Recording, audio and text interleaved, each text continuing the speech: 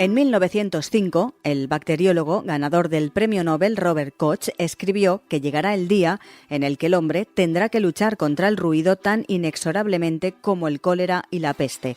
Pues ese día parece que ha llegado. La Agencia Europea del Medio Ambiente advierte de que la contaminación acústica es el segundo mayor problema ambiental en Europa, después de la contaminación del aire, y afecta a la salud de forma directa e indirecta, causando enfermedades cardiovasculares, mentales, auditivas, entre otras. Según la última edición del Observatorio de Salud y Medio Ambiente, y bajo el título Ruido y Salud, 3 firmas como DKV, GAES y ECODES nos alertan del peligro de la contaminación acústica. Al menos una de cada 5 personas en Europa está expuesta a niveles de ruido nocivos para la salud. Hoy en Plaza al Día, contaminación acústica, una amenaza para la salud pública.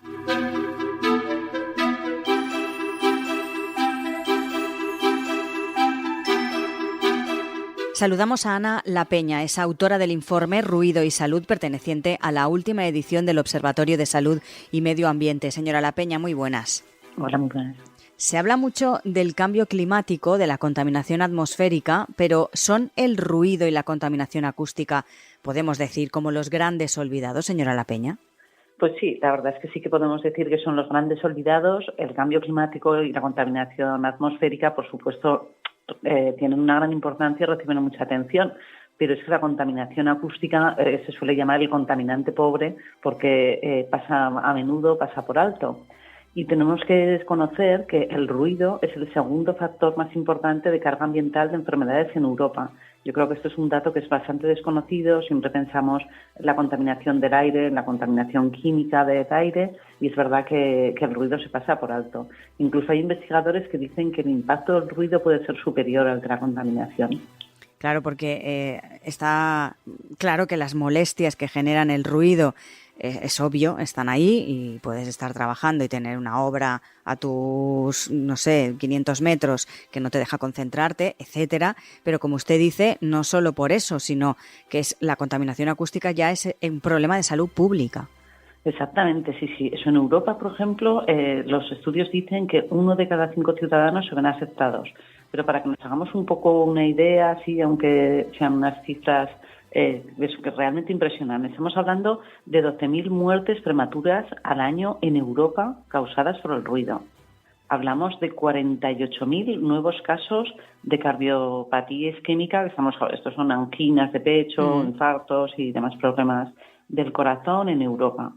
22 millones que sufren molestias crónicas, incluso 6,5 millones de personas con graves trastornos del sueño, o, por dar otra cifra, 12.500 escolares sufren problemas de aprendizaje como consecuencia del ruido únicamente de los aviones en Europa. O sea que sí, es realmente un problema grave de salud pública. Está claro, oyendo las cifras que usted nos cuenta, pues pone los pelos de punta. No somos conscientes realmente de lo que produce el ruido, ¿no? Sí, así es. ¿Cuál sería, señora Lapeña, el límite de nivel de ruido adecuado para nuestra salud? ¿A partir de dónde comienza a ser ya dañino? Bueno, pues la verdad es que se suele decir que son 70 decibelios cuando ya se representa un problema grave para la salud. Pero la Organización Mundial de la Salud lo que recomienda son 55 decibelios. Esto así queda un poquito, no nos dice mucho, ¿no? Pero, por ejemplo, el tráfico suele superar los 80 decibelios. Las industrias generan ruidos superiores a los 100 decibelios.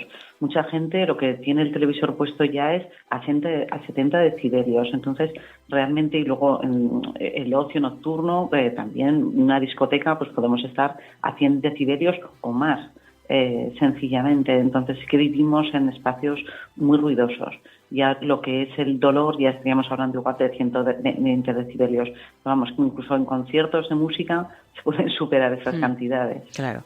Lo comentaba también usted, pero cuando hablamos de consecuencias o problemas derivados de la contaminación acústica, los hay auditivos y los hay de otra índole, como también ha hecho mención. Uno de los efectos directos sería la pérdida de capacidad auditiva, ¿no? Sin duda. Sí, exactamente. Es esta parte auditiva que quizá yo creo que es lo que pensamos todo el mundo, ¿no? Pues bueno, te sometes a un ruido muy fuerte, a una explosión y puedes perder capacidad auditiva y oír peor. Luego hay otro problema que también igual se conoce menos, que son los acúfenos o tinnitus, Esto es un ruido interior que lo oye solo la persona, pero no hay ruido en el exterior que oímos en nuestros oídos, ¿no? Como si lleváramos agua cuando Sí, por ejemplo, nadamos, como por agua, ejemplo. sí, o podés oír como si estuvieras escuchando campanillas o ruido, o otro tipo de ruidos repetitivos y que son muy molestos. En España afectan a 3 millones de personas, o sea que realmente es un problema serio. Esos serían un poco los principales problemas auditivos, pero los hay otros. Usted ha hecho mención a enfermedades, por ejemplo, cardíacas, pero también puede producir alteraciones del sueño y enfermedades mentales. Eso también Sí. llama bastante la atención, como estrés, depresión, ansiedad o demencia.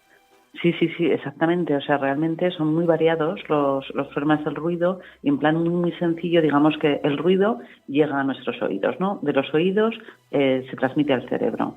Entonces ahí cuando existe este ruido lo que hace es que sobreactiva nuestros mecanismos del sistema endocrino y del sistema nervioso. Básicamente esto hace que se haya una mayor producción de cortisol, de adrenalina, se produce una aceleración del ritmo cardíaco, un aumento de la presión arterial y esto es lo que con el tiempo llega a producir estos problemas de hipertensión o problemas en las arterias, que nos da los problemas de infartos e ictus. Así de una manera muy sencillita y muy simplista. Nos ha llamado también mucho la atención que pueda producir complicaciones al nacer. Sí. Este tipo de estudios, digamos, que están las 3 partes con mayor evidencia científica, son las alteraciones del sueño, que es bastante obvio, las enfermedades cardíacas y las molestias. Pero cada vez hay mayores estudios y sí, hay problemas al nacer, que también esto incluso con la contaminación atmosférica química sucede lo mismo. O menor peso también en los individuos, o sea, cada vez se descubren mayores efectos, sí, mayores problemas del ruido. Sí, hablamos de complicaciones al nacer. También tenemos que hablar de disminución, por ejemplo, del desarrollo cognitivo y rendimiento, si hablamos de la infancia, de los niños y niñas, entre otras, ¿no? Sí. Esto, claro, los niños están en una fase que es muy importante de aprendizaje y de desarrollo. Entonces, claro, están en estos momentos, el ruido les puede afectar de una manera desproporcionada. Si están en horario escolar y están al lado de un aeropuerto, como puede pasar, o cosas por el estilo, pues claro, pues este aprendizaje se ve muy limitado. Luego también los niños pues tienen menos estrategias para saber afrontar el ruido que un mayor, entonces le afecta mucho más. Y luego también el tema del sueño, o sea, las alteraciones del sueño, alterar el sueño provoca grandes trastornos y los niños necesitan dormir muchas horas, entonces también por esto tienen mayores problemas. Y podríamos afirmar que son precisamente los niños y las niñas un poco como el colectivo más vulnerable respecto a otros, a los adultos, en cuanto a contaminación ambiental, ¿o no? Sí, de normal las niñas y niños pues suelen ser un colectivo más vulnerable. Las personas mayores también es un colectivo muy sensible a este tema porque, claro, ya tienes una estructura del sueño ya más fragmentada, ya se suele dormir peor. Entonces, claro, aún con este ruido aún se incrementan esos problemas al dormir. Luego también, por ejemplo, la gente mayor, pues si ya tienes algunos problemas del sistema circulatorio, del corazón, pues todo esto se ve agravado. O gente muy mayor que tiene que pasar mucho más tiempo en casa, si están en sus casas y sometidos a mucho ruido, pues están más expuestos también. Si hablamos también de otra cuestión, a nivel legislación, ¿estamos protegidos o todavía queda mucho camino por recorrer en este sentido? Ahora sí queda camino por recorrer. Se podría hacer mucho más estricto. Tenemos en la Unión Europea la Directiva sobre el ruido ambiental, que esto lo que te implica es que se tengan que elaborar mapas de ruido en carreteras, ferrocarriles de más de 5 años, se calcula el número de personas que están expuestas y de ahí luego se plantean unos planes de acción. Pero realmente esta directiva no está diciendo unos datos concretos, sino que luego de cada estado son los que tienen que poner estos niveles máximos de exposición. Entonces, los niveles que se suelen poner son demasiado elevados. O sea, de hecho, la Organización Mundial de la Salud dio unas recomendaciones y estamos muy por encima de esas recomendaciones. Entonces, igual aquí sí que se debería ser más ambicioso realmente. ¿Se prevé, por tanto, que durante la próxima década los niveles de ruido aumentarán? Claro, Sobre todo en el tema de las ciudades, las ciudades están aumentando mucho, o sea, a nivel global, las ciudades están aumentando mucho la población. Se dice que el 68% de la población será urbana en 2050. Entonces, realmente, al haber mucha más población, o hacemos realmente una transformación importante de las ciudades y evitando las mayores fuentes de ruido para frenar la contaminación acústica, o si no, tendremos un problema mucho más grave.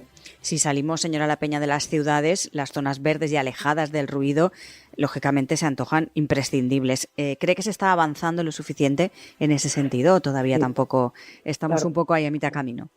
Sí, la verdad es que las zonas verdes, lo que es súper importante también es que estén esas zonas verdes en las ciudades. En las ciudades necesitamos tener parques, tener zonas en las que podamos estar pues en espacios que son beneficiosos en muchos sentidos, porque mejoran la calidad del aire, por una parte, además de reducir la contaminación acústica, pero luego es beneficioso para nuestra salud física y mental. Entonces, yo creo que las ciudades cada vez se están planificando mejor y se están teniendo en cuenta que nos hace falta estos espacios y estas zonas verdes, pero bueno, queda un camino bastante largo por recorrer para convertir a nuestras ciudades en espacios verdes y saludables. Además, luego, por supuesto, es súper positivo salir a la naturaleza fuera del entorno de la ciudad y disfrutar de las zonas verdes. Pero incluso las ciudades son muy necesarias, esas zonas. El informe también aporta una serie de pautas para protegernos del ruido y para proteger a los demás de nuestro propio ruido. ¿Cuáles serían esas conclusiones o esas principales recomendaciones para mejorar nuestra calidad sonora? Sí, pues mira, en plan así muy sintético, si hablamos en general, como sociedad, tendríamos 4 herramientas claves. Uno, un poco lo que estamos comentando ahora, hay que planificar el diseño urbano, hacer unas ciudades que tengan hay que evitar el tráfico en las ciudades, hay que reducirlo porque es uno de los que más causan problemas de sonido, entonces hay que hacer una mejor planificación. Luego, por otra parte, tenemos soluciones técnicas y tecnológicas, pues pavimentos que sean más absorbentes, mejores aislamientos, soluciones basadas en la naturaleza. Otra pata de estos instrumentos son los instrumentos legales que hemos comentado antes, y la última sería la parte esta de educación, de sensibilización, de respeto y convivencia, ¿no? Y entonces en esto también como ciudadanos nosotros pues podemos hacer mucho.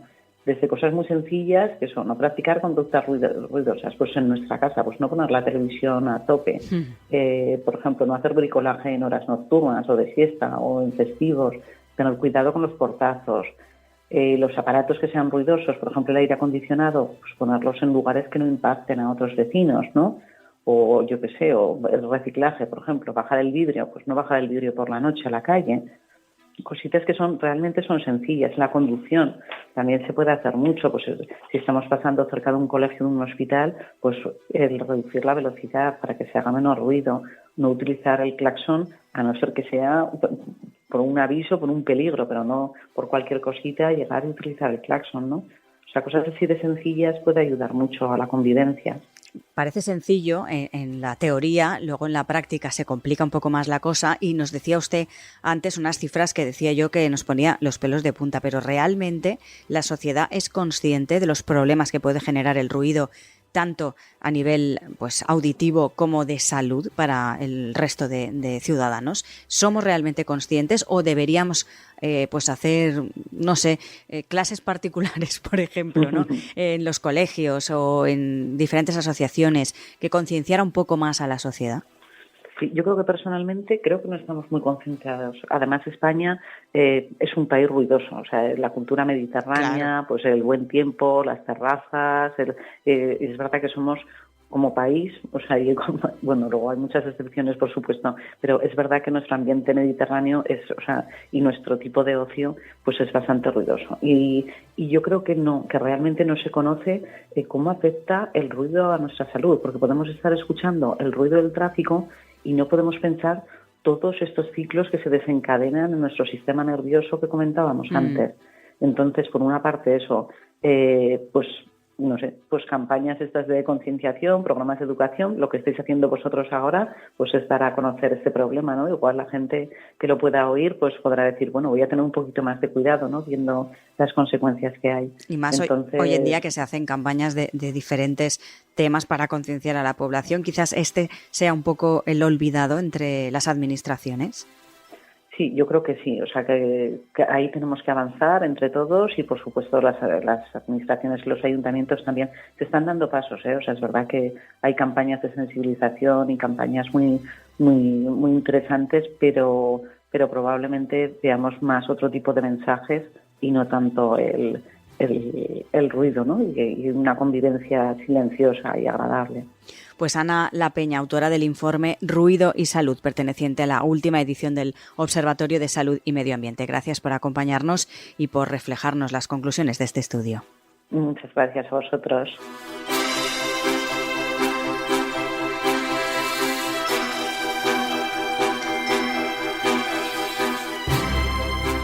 Otra investigación liderada por un equipo del Instituto de Salud Carlos III concluye que el ruido se relaciona con un mayor riesgo de sufrir ingresos hospitalarios urgentes ligados a trastornos mentales. Los autores principales del estudio son Laura Gómez y Julio Díaz y Cristina Linares. Saludamos precisamente a Julio Díaz, es profesor de investigación del Instituto de Salud Carlos III, también es codirector de la Unidad de Referencia en Cambio Climático, Salud y Medio Ambiente Urbano. Señor Díaz, muy buenas.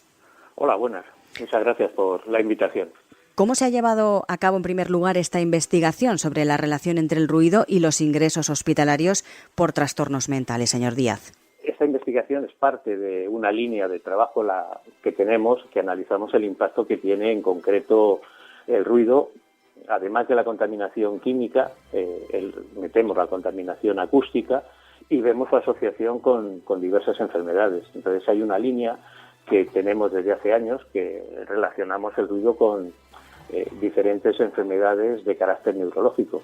Lo tenemos relacionado con ansiedad, con depresión, lo hemos relacionado también con enfermedades neurodegenerativas, pero no se había hecho a nivel de de una comunidad. En este caso hemos elegido la Comunidad de Madrid para ver cuál es la implicación que tiene el ruido a corto plazo, porque nuestros estudios son a corto plazo, sobre los ingresos hospitalarios por trastornos mentales.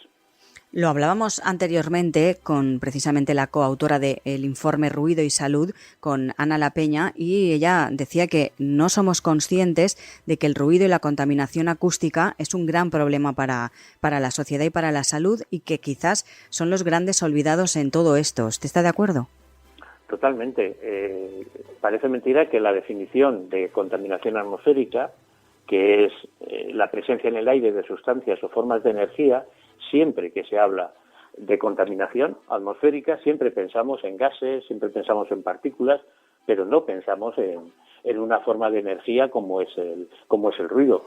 Y sobre todo porque el ruido tiene un impacto en salud, podemos decir que es similar al que tiene la contaminación atmosférica química. Por lo tanto, olvidarnos de uno de los factores clave, bueno, pues es algo que llevamos años intentando que esto no ocurra, pero bueno, que muy pocas veces en los estudios se tiene en cuenta realmente cuál es el impacto del ruido. Y sobre todo, tampoco se tiene en cuenta a la hora de aplicar, por ejemplo, las zonas de bajas emisiones, qué beneficios, además de la reducción de la contaminación atmosférica química, tiene la reducción de la contaminación acústica. Porque no olvidemos que el 80% de la contaminación acústica está relacionada con el tráfico. Por lo tanto, limitar el tráfico supone limitar no solamente los contaminantes químicos, sino también los contaminantes físicos. Sí que es verdad que cuando se habla de esas zonas de bajas emisiones, poco se hace mención a esos efectos de ruido que producen los coches en las grandes ciudades. Sí, de hecho, nosotros tenemos un estudio que publicamos ahora ya 4 o 5 años, en el que hemos relacionado directamente el número de coches con los ingresos hospitalarios.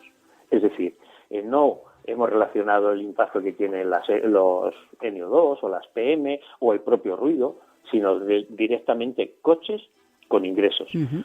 Y se ve clarísimamente que lo que se relaciona con los ingresos hospitalarios por causas respiratorias y cardiovasculares es el número de coches. Por lo tanto, si yo reduzco el número de coches, lo que estoy haciendo es aumentar la salud. Y no solamente esa reducción la tenemos que cuantificar viendo los beneficios que tiene disminuir, pues como se hace tradicionalmente el NO2.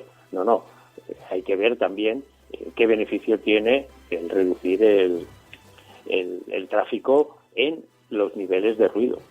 Y precisamente hacíamos mención al inicio de esos ingresos hospitalarios urgentes por trastornos mentales. En este estudio, ¿cómo se relaciona ese ruido con esos ingresos? Es decir, no sé si las conclusiones también pueden decirnos pues edades o perfil de las personas que pueden ingresar más en los hospitales por este motivo. Bueno, el estudio está hecho para población general, ¿no? Entonces, no hemos hablado de grupos de edad. Entonces, lo que sí hemos visto es que mediante estos estudios lo que se ve es que hay una asociación robusta, es decir, que es significativa al 95% entre los ingresos hospitalarios y los niveles de ruido diurno, es decir, el ruido que se produce entre las 8 y las 23 horas. Uh-huh. Entonces, estamos hablando que prácticamente en torno al 5,5% de los ingresos que se asocian con ruido estarían directamente relacionados, que los ingresos que se asocian con enfermedades mentales estarían relacionados con ese ruido de tráfico. Entonces, además se producen en el mismo día, es decir, el mismo día que hay un pico de ruido, ese mismo día hay un pico de ingresos. Además, estaríamos hablando, que los números son importantes, estaríamos hablando en torno a 700 ingresos en el periodo que nosotros analizamos, que fue el 2014-2018. Uh-huh. Y sobre todo, donde se ve ese impacto mayor es en las mujeres. Si hablamos de 745 ingresos, cuando hacemos el análisis por grupos de edad, se ve que es en el grupo de mujeres donde es mayor esa asociación de esos 700, más de 400 se darían en mujeres, más que en hombres. ¿Y por alguna causa somos más sensibles a los ruidos en general? Bueno, en general el comportamiento de las mujeres hay estudios que dicen que sí son más sensibles a los estresores, digamos, porque así se llama, porque uh-huh. El problema del ruido es que es un estresor de primer orden. Lo que hace es producir una cascada del vertido de sustancias en sangre a través del eje, lo que se llama el HPA, el eje hipotalámico pituitario adrenal, y que regula el vertido en sangre de sustancias con neurotransmisores como la serotonina, y sí se ve que son las mujeres especialmente sensibles a este vertido en sangre de estas sustancias. Hay que tener en cuenta que el problema que, para entender cómo funciona el ruido o por qué podemos relacionar el ruido con enfermedades cardiovasculares, además de las neurológicas o mentales que hemos hablado antes, sí. También lo hemos relacionado con enfermedades cardiovasculares, respiratorias, con diabetes, con obesidad. ¿Pero por qué? O sea, ¿cuál es el mecanismo? Entonces, el ruido, lo que tenemos que tener en cuenta es que es un estresor, como decía antes. El ruido lo que hace es producir estrés en nuestro organismo. Entonces, nuestro organismo lo vive como una agresión. Entonces, tú, cuando te vas a defender de una posible agresión, lo primero que haces es aumentar tu tensión arterial, aumenta tu ritmo cardíaco. ¿Para qué? Pues para que intentar aportar a los músculos, pues digamos, esa sangre que va a llevar pues la glucosa que es necesaria para poder repeler esa agresión. Hay que tener en cuenta que esto es una agresión ficticia, es decir, que tú, ante niveles altos de ruido, viertes una adrenalina, una noradrenalina, un cortisol, que luego no quemas. ¿Por qué? Porque nadie te está agrediendo.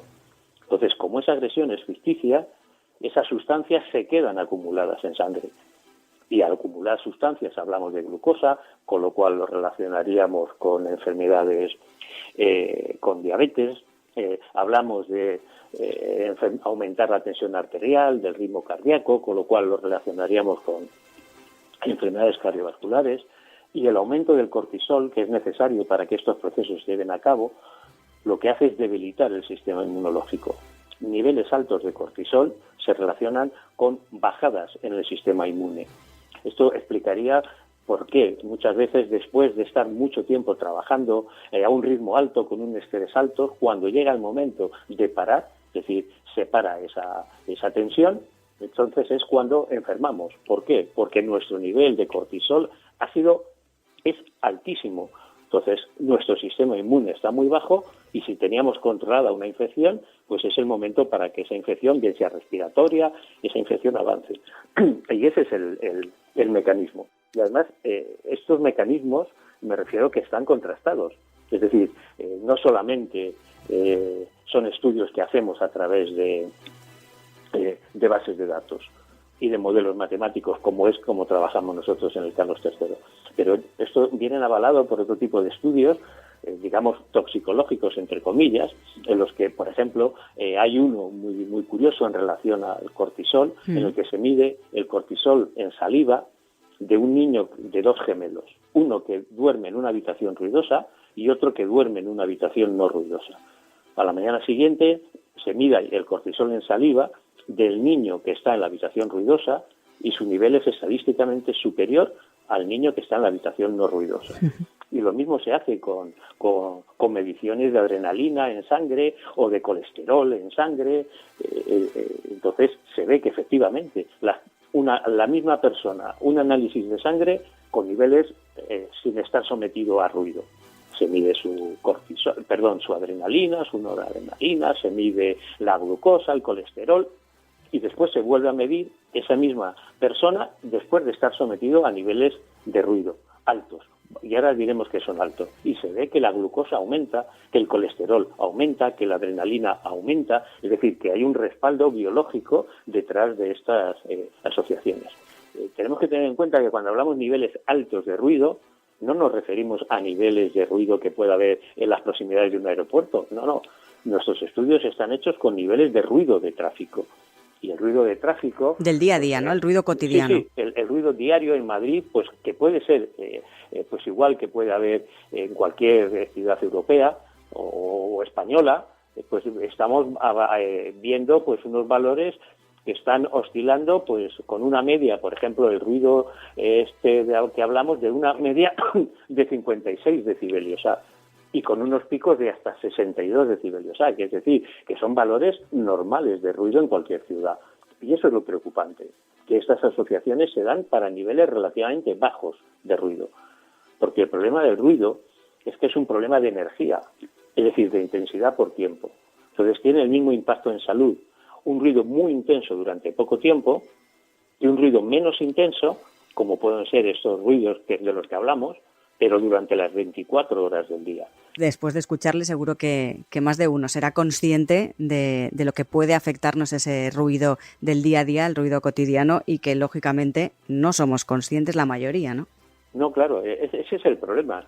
Dice, bueno, pero es que yo ya me he acostumbrado. Claro. Bueno, tú te habrás acostumbrado, tu cuerpo no.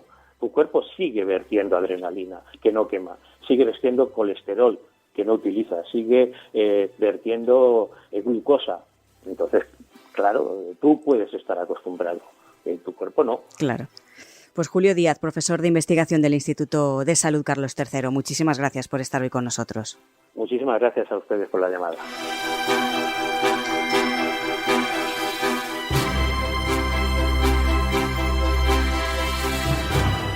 Los expertos que hemos escuchado aseguran que no somos conscientes de los efectos reales que produce el ruido en la salud.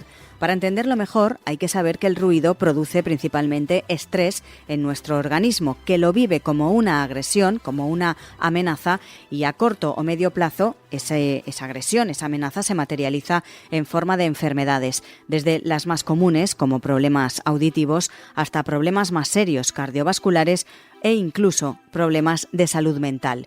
Plaza al Día es el daily de todas las cabeceras del Grupo Plaza. Lo pueden escuchar también a través de las principales plataformas de podcast a las que pueden suscribirse y enviarnos sus comentarios.